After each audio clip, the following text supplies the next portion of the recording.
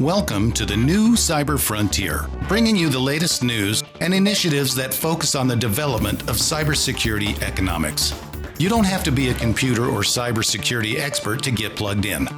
Your host brings it straightforward, asks the tough questions, and brings the cyber world to a level of understanding for everyone.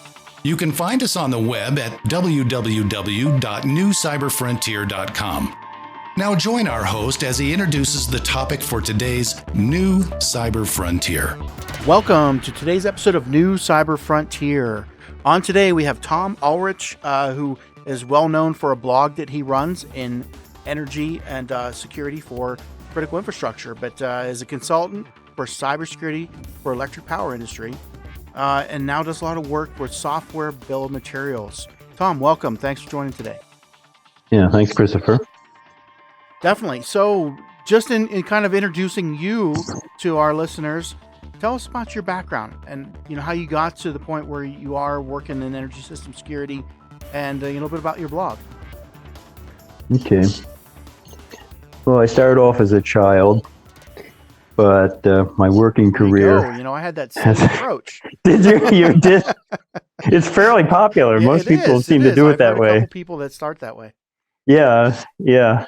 Some don't. Some start as adults, but usually they start as a child. But in any case, I've been involved with networking and cybersecurity since literally the 80s. And I've been in cybersecurity for critical infrastructure since 2008, when I was working with a small company that's started working on the NCF standards, that is doing consulting with them. I joined Honeywell in 2010 and worked with them for 5 years, again with consulting on NCF primarily, and then with Deloitte, pretty much the same thing for 3 years after that. In 2018, I formed my own company, which remains in existence, Tom Alrich LLC. And I've recently fallen in with a bad crowd at the Department of Commerce, the National Technology and Information Administration, which is an organization that's actually promoting right now. They promote a lot of technologies like DNS, and the idea is they get the industry together, the stakeholders together, to decide what the rules of the game should be. They don't write regulations, and so with right now what this group is doing, it's called the Software Component Transparency Initiative. Part of the NTIA, which is part of Department of Commerce, is developing rules and regulations for SBOM, rules and procedures for SBOM, which is software bill of materials. So, what is a software bill of materials? There you go. There you go. There you go. I asked your question for you. It's a list of the components in your software. The reason why you need that is because the software is, software nowadays is primarily, writing software is primarily assembling components. Mm-hmm. I mean, the average software product probably has up to 95% components.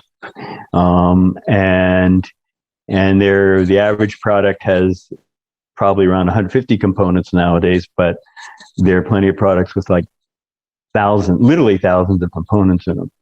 And so you have these little pieces of software. I mean, they're programs in themselves, and they've been incorporated into this larger program, but each one can have vulnerabilities. And yet, when you look in the National Vulnerability Database or in any other vulnerability database, it shows you the vulnerabilities that are in the product itself, but not the component vulnerabilities. because the NVD doesn't know what the components are. And so the only way you can know about the vulnerabilities in the components is if you have an SBOM. Because that says, here's component A, and that you can then look those up in the NVD, all the components, and find out what the vulnerabilities are. Now, the suppliers know this. So, I mean, they're all using SBOMs now. Go ahead. Sorry. Let's take a break here and hear from our sponsors. We'll be right back. We're going to unpack that some more. Blockframe Technology offers next-generation blockchain managed trust and security. Unique non-fungible tokens are used to secure software bills of materials to provide data quality and security for every transaction in your supply chain. Deploy advanced peer-to-peer product security, scale zero trust capability to millions of IoT devices, allow vendor tracking and accountability, and rapidly reset from compromise. Unchangeable, time-sequenced blockchain data provides next-generation security using machine learning trust algorithms and audit analytics. Start securing your supply chain today by contacting Blockframe at www.blockframetech.com. Welcome back to New Cyber Frontier. On today, talking with Tom Alrich, who, before the break, we were getting into software bill of materials, SBOM, we like to call it. We're dropping an SBOM today. You were explaining all the pieces that go into software. So, just in unpacking that a little bit, quite often we hear all the pieces of software that go into a system, a computer. But now we're actually kind of going back and saying that one piece of software that lots of them go onto computers, what all pieces of code written by different developers go into that? Yeah, that's I mean, exactly. Yeah, okay, your operating go ahead and system explain how you're looking at being able to track that, because it comes from so widely. Well, it's really the bill of materials is really created as part of the development process by the supplier. So they will create an SBOM, and all the big suppliers now use them for their own internal purposes. So they create an SBOM. They know all the components that are in there, and they can track vulnerabilities. Each of those components can be looked up in the NVD, and sometimes it's not too straightforward, but you can do it. And then you then know what the vulnerabilities are that apply to those components. You can then mitigate those vulnerabilities. Or you cannot mitigate them, as unfortunately some suppliers do. But right now the problem is the suppliers are not providing them in general. With very few exceptions, they're not providing them to their users. So the users have no idea what components are in there, and therefore they have no idea what the vulnerabilities are in those components. And so there's no question that the number of vulnerabilities in a product that are due to components are many times the number of vulnerabilities that are due to the code that the supplier wrote itself, which probably isn't much more than 10% of the code in the whole product. So you have this kind of big ice, below the water section of the iceberg, and which is the component vulnerabilities, and you have a little piece at the top that you can see, which is the supplier vulnerabilities. But now the idea of SBOM is to let them see the whole iceberg, not just the part above the water. Yeah. So what if? So go ahead. Just kind of my immediate thoughts were, hey, if I put that out there, people might know to attack me a certain way because now I've revealed that I might have a weakness. Where before they didn't know, and so they didn't go after me. That's exactly what a lot of and it's a legitimate objection, and you hear that all the time. In fact, that's probably the largest objection. It's very easily answered. The ability to see the supplier isn't the only one who can figure out the components.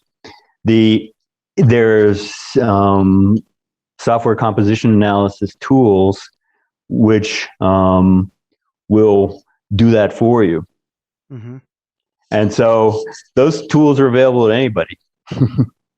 So the bad guys have those tools already. You can be damn sure of it. And when they want to know if they want to attack a particular product, they can use one of those tools. They can get the SBOM themselves. They can look up all the vulnerabilities. So the bad guys have this information already. That's the problem. What you want is to get it to the customers. Right now, the customers are the only ones who don't know what's going on. You want to give them the same information that the suppliers have and the bad guys have. Mm-hmm. And then they can take steps to defend themselves when the supplier hasn't done so.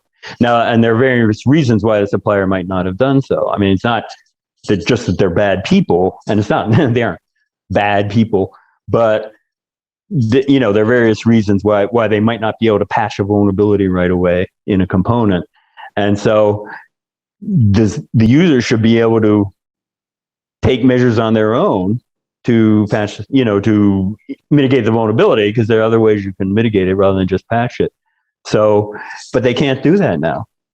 And so without having a software bill of materials. So that's the whole reason for this initiative. It's to get the rules going. And the reason they're not being distributed is not that the suppliers are trying to pull the wool over their users' eyes. It's because they don't, the rules aren't set out. Mm-hmm. No one's quite sure, well, when do we have to do this? How often should we do it? And so that's what this group is. It's suppliers and users working out what the rules are. And, it's very interesting. And it's no longer kind of this is kind of nice to do. It's now been ordered by President Biden in executive order on May 12th, which is covering a lot of things having to do with software security, a really comprehensive order. But one of the things it ordered was federal agencies have to start requiring SBOMs from their software suppliers. It's going to work out to next August. They're going to have to start doing that. So now there's kind of a deadline hanging over people's heads. So, a deadline focuses the attention. We all know that. Yeah. So is this just for federal agencies when we look at this executive order, or does it going to extend into consumers and outside, companies outside? Well, it's mandatory for federal agencies. No, it doesn't extend to consumers. On the other hand, there's no question at all that it's going to affect everybody, because the software suppliers aren't going to have two versions of their product, one safe version and one non-safe version, and they're going to, give all the rest of us the non-safe version. They'll just keep the safe version for the government. They're going to have one version, and they'll do SBOMs for everybody now. So, and believe me, and the private industry is very interested in this now. And what I'm working with is a proof of concept run by the NTIA for the energy industry, the electric power industry in particular, and where software suppliers are producing SBOMs, and electric utilities primarily are ingesting them and using them for vulnerability management and trying to work out the processes. And this, by the way, the SBOMs all have to be machine readable. We're no, when you've got you can have, there's one particular software product which is on millions of desks in the United States that has 5,000 components. So there's no way you can track 5,000 components manually. It all has to be in a, automated process. So these are all machine readable documents. And, and you have to have automated processes for reading them too. And a lot of that, a lot of what's going on with this initiative in general is just trying to specify what the tools are going to look like, that are going to be needed, the software tools needed to interpret all this. Interesting. So yeah, when we come back from break, we're going to talk more about, the regulation aspect. And obviously if there's going to be a requirement, there has to be an oversight body, or there has to be something that comes into existence, whether it's voluntary by the industry or whatnot. and how you maybe plan to do that. But we'll be right back after we hear from our sponsors. Blockframe Technology offers next-generation blockchain-managed trust and security. Unique non-fungible tokens are used to secure software bills of materials to provide data quality and security for every transaction in your supply chain. Deploy advanced peer-to-peer product security, scale zero trust capability to millions of IoT devices, allow vendor tracking and accountability, and rapidly reset from compromise. Unchangeable, time-sequenced blockchain data provides next-generation security using machine learning trust algorithms and audit analytics. Start securing your supply chain today by contacting Blockframe at www.blockframetech.com. Welcome back to New Cyber Frontier. On today, talking to Tom Alrich. Tom, famous from his blog, and is in the critical infrastructure, but now working very closely on the software bill of materials. We just talked about before the break that President Biden had put an executive order out just the last couple of weeks, right, or a month ago or so, that requires by next year sometime that federal contractors providing software to federal governments have to list what components go into it. How's that going to be? How are we going to oversee that? Is that going to be a voluntary industry thing? What's that look like? And that's something part of what you're working on?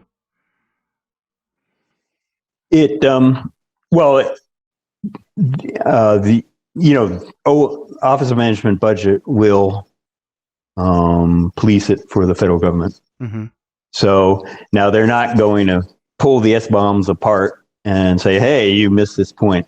NIST is developing guidelines based on a document that the NTIA put out a month or two after the executive order. They were ordered to, in the order itself. And NIST is using that document to develop guidelines. And those guidelines are going to be out in February of next year. Mm-hmm. And so they're not mandatory. You're not going to be hauled into court for violating section whatever of this guidelines. But the idea is, the executive branch needs to follow them. I mean, the entire government, not just the executive branch. And so they will all need to require SBOMs from the suppliers, exactly what they get. The supplier may not know what an SBOM is and may not care. And they hopefully will follow what the guidelines are. Mm-hmm. But a lot of some of it is probably not going to be very good. But the point is that you want the market to really push this along. You don't want to have a huge regulatory apparatus with legions of people auditing SBOMs. It's just not a good use of resources, and it will stifle innovation. It will have just the opposite effect that you want. Yeah. So there won't be a mandatory apparatus. Now, in particular industries, like defense and things, there could very well be regulations. Again, I hope they're not heavy-handed. I think hopefully they just say, well, there needs to be an SBOM, and without trying to specify it down to the, every dotted I or crossed T, Well, it seems like at some point, almost everything that comes out, they say, okay, it's voluntary. Voluntary is so subjective that eventually it leads to, well, here's a format, a framework, and that framework becomes a standard. Then the standard becomes a requirement or a regulation, and then an enforcement body has to come in and do this independent analysis. How far down that road do we go? Yeah. Well, I took economics classes with Milton Friedman at the University of Chicago a long time ago, and he just loved that word voluntary. He said, the administration had just come out with voluntary wage and price guidelines, and he said, it's a rather Orwellian use of the word voluntary. You do this voluntarily or I'm going to hit you over the head.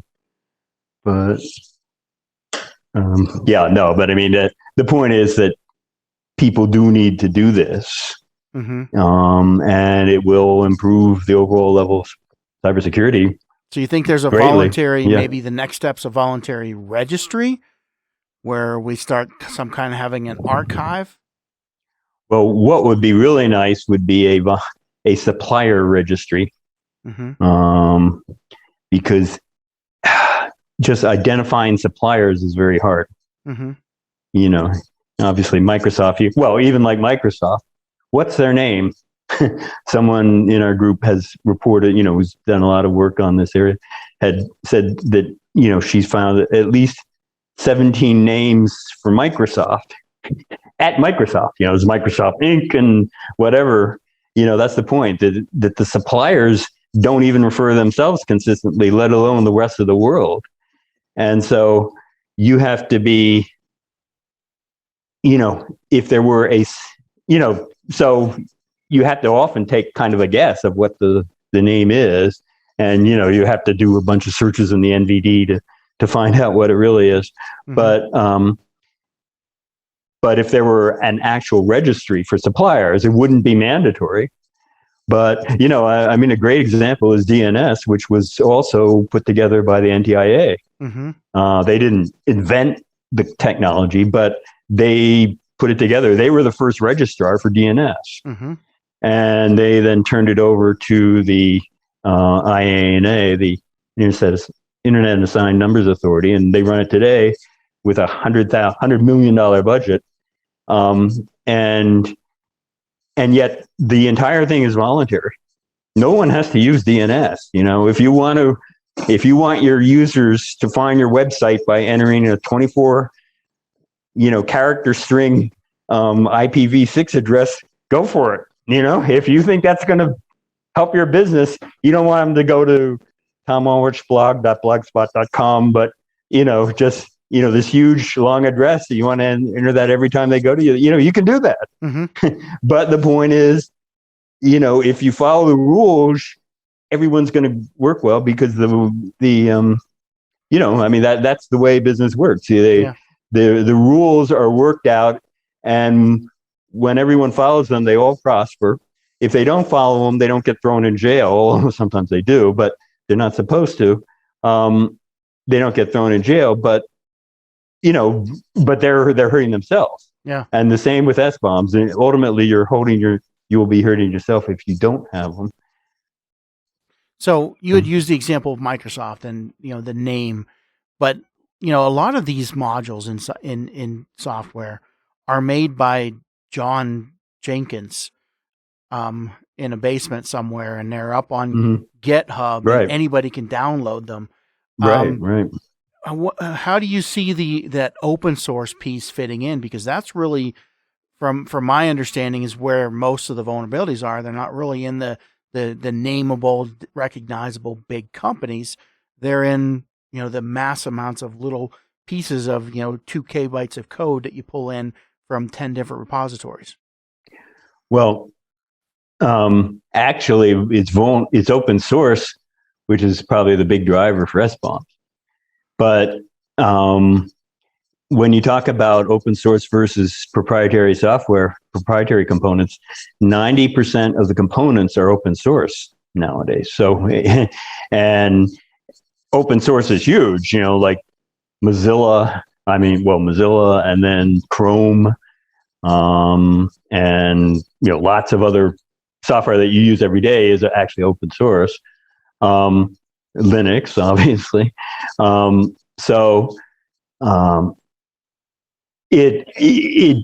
There's a little more in the way of vulnerabilities, but that's not the problem. It's just the problem is there's so much open source out there. People, it's like you so many. You're gonna get a student in the basement that made something useful, and now 1,000 people use it. He might not even know he has to register it. He just made something that worked for himself.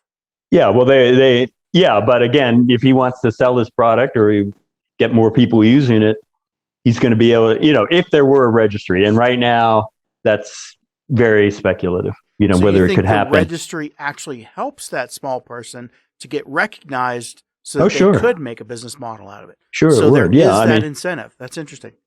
Well, because you can't even find the guy unless there's some, I mean, if you're looking for the name and let's say you're spelling it wrong and you just don't know, you don't have a place normally where you can just go and enter it and say, aha, oh, I got an I and an E mixed up. That's what my problem is. Mm-hmm. So having a registry will do that. But I mean, but it's very huge, and it would be absolutely a huge job, and it would have to be distributed.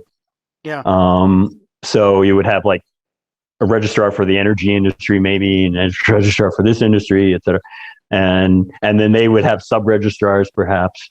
But, the idea is but that's pretty much how DNS works too. Mm-hmm. So it's certainly not a bad model, but on the other hand, there's no kind of big constituency behind it now. A lot of people would like to see it, but, no one is kind of banking on that it's going to be in place in 5 years or something like that. Yeah. So this organization you co-lead, NTIA. NTIA, right. Talk about that and what it is you're doing with SBOM. Well, NTIA is the organization that's running this software component transparency initiative, and specifically, the one of the parts of the initiative is proofs of concept. The initiative started in 2018 with the healthcare industry, and they started a proof of concept for SBOM use for medical devices. And like pumps in hospitals and things. And so the suppliers, and it's right now, it's a fairly small group. It's like 5 or 6 suppliers of, big ones like Abbott and Siemens,